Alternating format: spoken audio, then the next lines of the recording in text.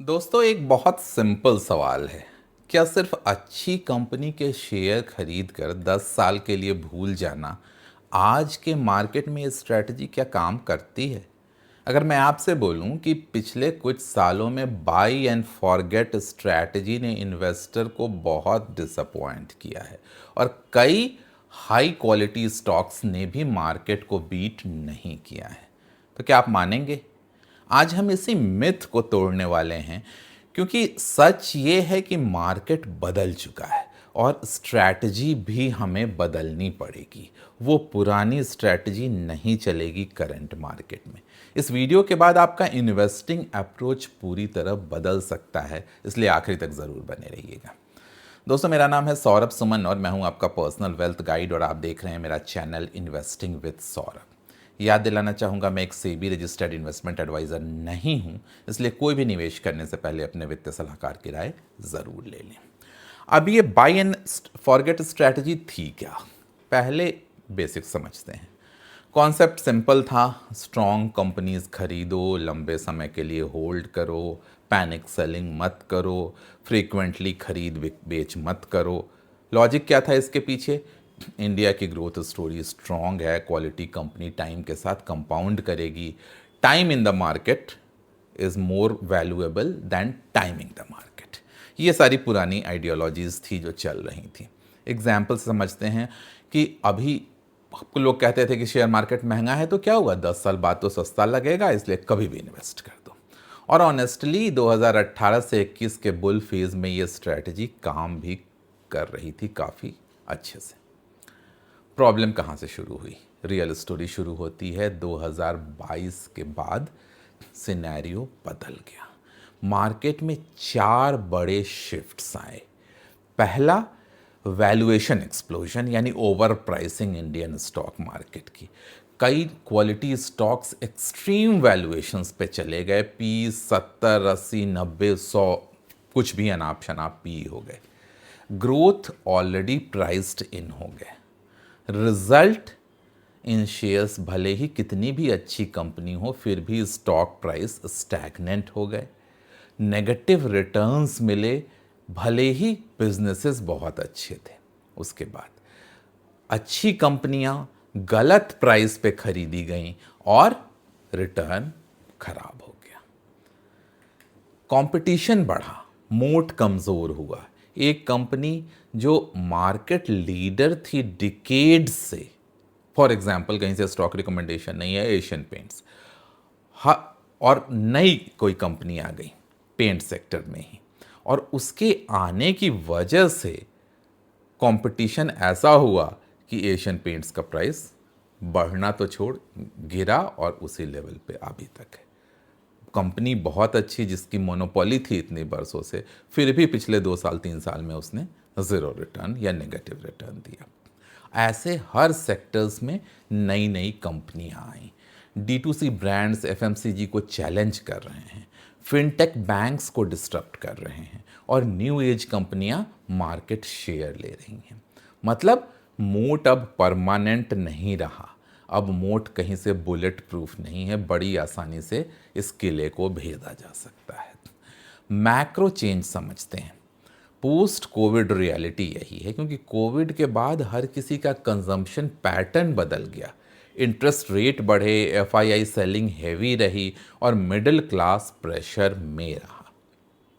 Result, growth stocks hit हुए, premium valuations टूटे और उसके बाद आया यह टेक्नोलॉजिकल डिस्ट्रप्शन AI का। AI ने गेम को पूरी तरह बदल दिया। जॉब्स ऑटोमेट हुई, मार्जिन्स प्रेशर में रहे और कॉम्पिटिटिव एडवांटेज जो इंडियन IT कंपनियों का था वो ख़त्म होने लगा। मतलब पिछले जो 10 साल की जो हम उम्मीद कर रहे थे कि जो अच्छी कंपनियां हैं, जो ब्लू चिप कंपनियां हैं, उनको अगर हम ब्लाइंडली होल्ड करेंगे 10 साल तक तो हमें रिटर्न देंगी ही देंगी, ये इल्यूजन टूटने लगा। रिटेल इन्वेस्टर के दिमाग में अब ये क्लैरिटी आने लगी कि ये थ्योरी अब नहीं चलेगी 10 साल ब्लाइंडली होल्ड करने वाली। रियल मार्केट की रियलिटी क्या है और यही समझने की ज़रूरत है। कई सेफ स्टॉक्स ने क्या किया, स्ट्रॉन्ग फंडामेंटल, स्टेबल बिजनेस, लेकिन रिटर्न डिसअपॉइंटिंग। क्यों? क्योंकि प्राइस ऑलरेडी फ्यूचर को डिस्काउंट कर चुका था। अब सबसे बड़ी इन्वेस्टिंग मिस्टेक या सबसे बड़ा मिथ जो था वो था कि क्वालिटी कंपनियां कभी गिरेंगी नहीं। लोगों के दिमाग में ये था, कंपनीज फेल नहीं होंगी। लेकिन आपको ये देखना होगा कि जो रिसेंटली हुआ अच्छी अच्छी कंपनियों के साथ, बहुत बुरी तरह अंडर परफॉर्म मार्केट को या अच्छे खासे शेयर प्राइस क्रैशेस 20-30% तक के क्रैश देखे गए ब्लू चिप कंपनियों के प्राइस में। अब आपको अपनी स्ट्रैटेजी पे दोबारा सोचने की ज़रूरत है, स्ट्रैटेजी को इवॉल्व करने की ज़रूरत है। कैसे? फोकस करना होगा आपको। वो ब्लाइंड स्ट्रैटेजी तो बंद करो कि 10 साल होल्ड करेंगे और पैसे बन जाएंगे, वो बनने वाला नहीं है। क्योंकि समय के साथ आपको बदलना होगा, अपनी स्ट्रैटेजी बदलनी होगी। कैसे? अब मैं वो समझाने जा रहा हूँ। सबसे पहले क्वालिटी पे फोकस तो अभी भी करना है, लेकिन क्वालिटी के साथ साथ आपको वैल्यूएशन भी देखने हैं। That means you have to focus upon the combo of quality plus valuation. पहले सिर्फ क्वालिटी देखते थे और खरीद लेते थे, अब क्वालिटी भी देखेंगे और रीजनेबल प्राइस पे ही उसमें इन्वेस्टमेंट करना है। दूसरी बात, वो बाय एंड फॉरगेट नहीं, आपका पोर्टफोलियो डायनेमिक होगा। पहले बाय एंड फॉरगेट चलता था, अब चलेगा buy and monitor. I repeat, buy and monitor.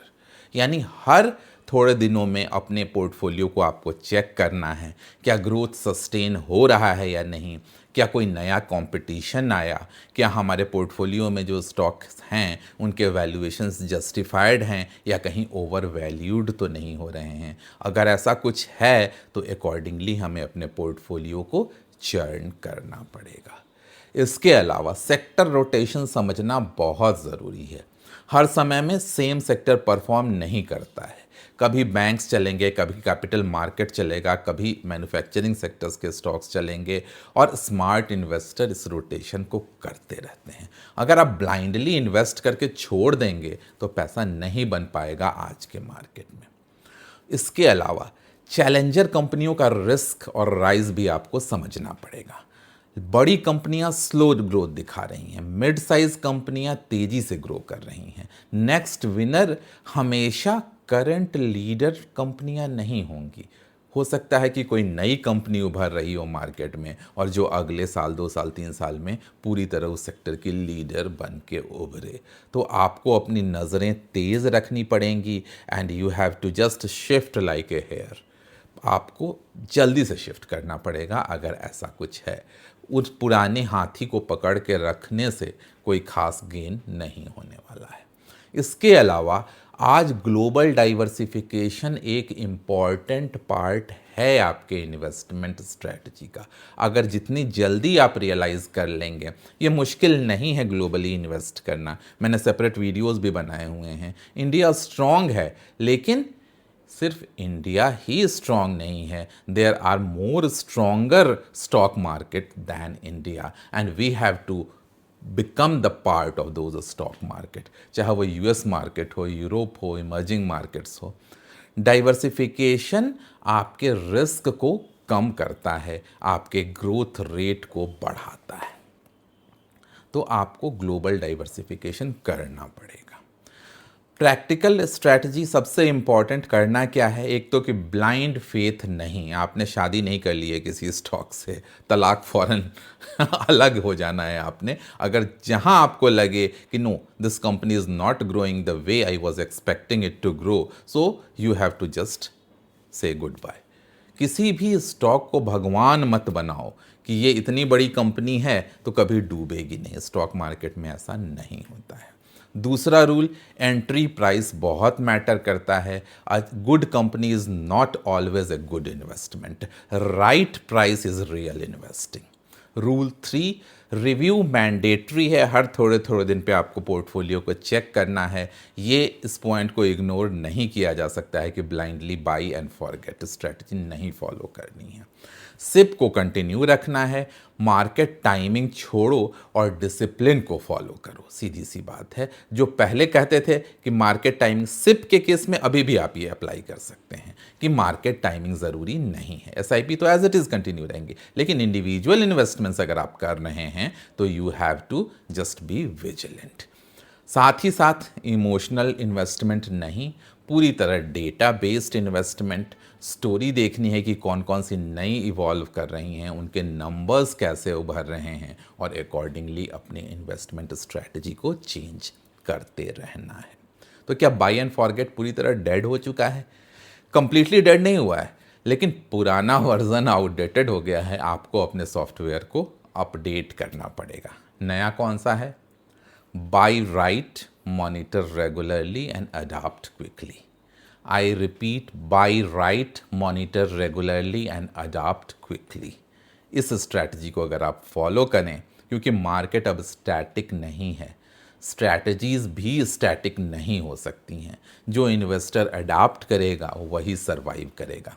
अगर आप भी ब्लाइंडली लॉन्ग टर्म इन्वेस्टिंग कर रहे हो तो टाइम है कि अपनी स्ट्रैटेजी को अपडेट करो, अपने सॉफ्टवेयर को अपडेट करो। अगर ये वीडियो आपको हेल्पफुल लगा हो तो लाइक कर देना, शेयर कर देना, कमेंट में बताएं कि क्या आप buy and strategy forget strategy अभी भी फॉलो कर रहे हैं, या फिर आपने रेगुलरली पोर्टफोलियो पे विजिलेंट होकर अपनी स्ट्रैटेजी बनाई है। जल्दी ही मिलेंगे ऐसे किसी नए वीडियो के साथ। तब तक सौरभ सुमन साइनिंग ऑफ।